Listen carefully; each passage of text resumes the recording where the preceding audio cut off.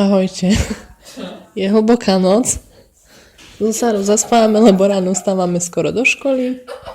Sara mi ešte povie, že už sa nechce rozprávať, lebo že aby sme skoro vstali, tak sme boli ticho.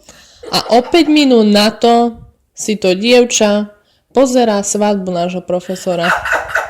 No chápete to? Povedzte mi. Ja to nemôžem. Je toto normálne? No pridal do skupiny, tak si musela pozerať jeho ženu Šaminy a ich svadbu.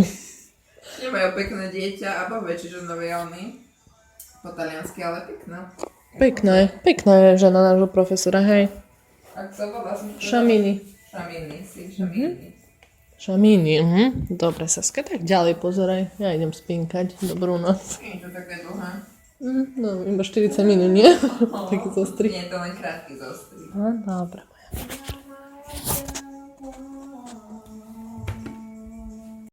Len by som chcela povedať, že hneď ako Mária natáčala video, prišla k mojej posteli a spravila, posuníš sa mi, chcem aj ja vidieť. No, tak len toľko k tomu. Tak lebo Sára, také výkriky mala. Bože, ako som ju krásne pozrela, až mu zabehlo, keď ju videl svadobný šatár. No to koho by to neobútalo. Tak to bolo, sľubujem. Ale Mária neodolala, vidíte. Je to slaboch. Práva romantická. Je to slaboch. Dobre, dobrú noc. Ahojte. Dnes sa veľmi teším, lebo príde na návštevu moja mamička. Sara, čo to vyberáš? No, takže, ahojte. Ahojte. V tomto videu by sme vám chceli povedať, že vám ďakujeme za priazeň, že ste nás sledovali. Bola to zábava. Moja kamoška mi akorát poslala článok, že americká vláda už varuje aj občanov Ríma, že vo Vatikáne, v Bazilike svätého Petra teda hrozia nejaké útoky. Ale takisto aj v reštauráciách, kostoloch, divadlách a tak. Všade?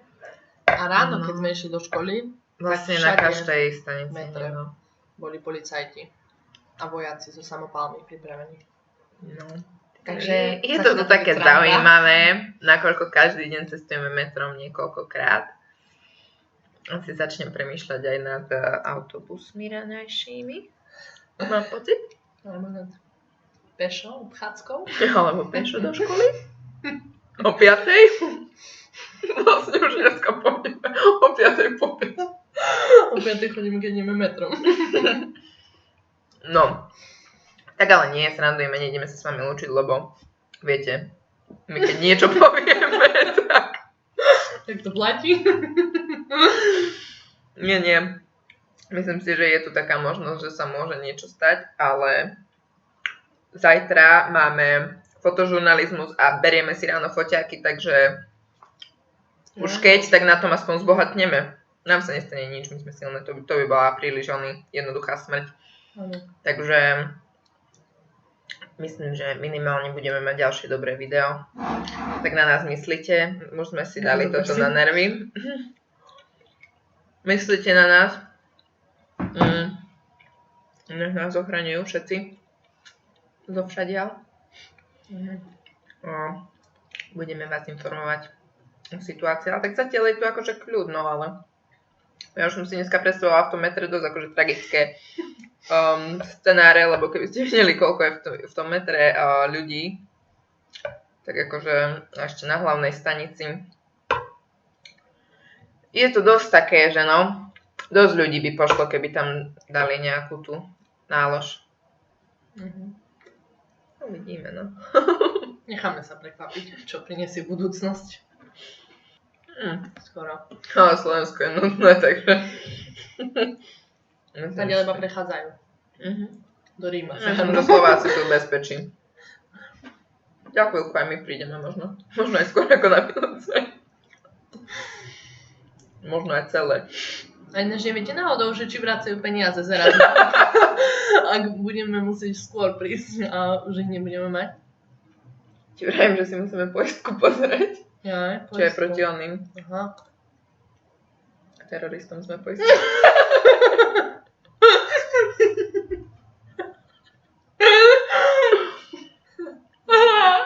Ja by sme mali. No pardon. Vstúpiš teroristi. Ideme na nákup? Tak.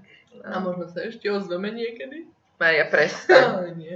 Vieš, že takéto nesmieš priťahovať. Nie. Sme v poriadku, aj budeme v poriadku. Len to tu máme zaujímavé. Takže tak. Ahoj. Ahojte, takže moja mamička dorazila šťastne do Ríma. No a chcem vám dať taký tip, ktorý vlastne využíva naša spolubývajúca. No, keď si chcete prať veci, tak je najlepšie dať prať spolu koberec Z kúpeľne? a utierky na riad, hej? To aby ste vedeli, že to tak spolu pasuje.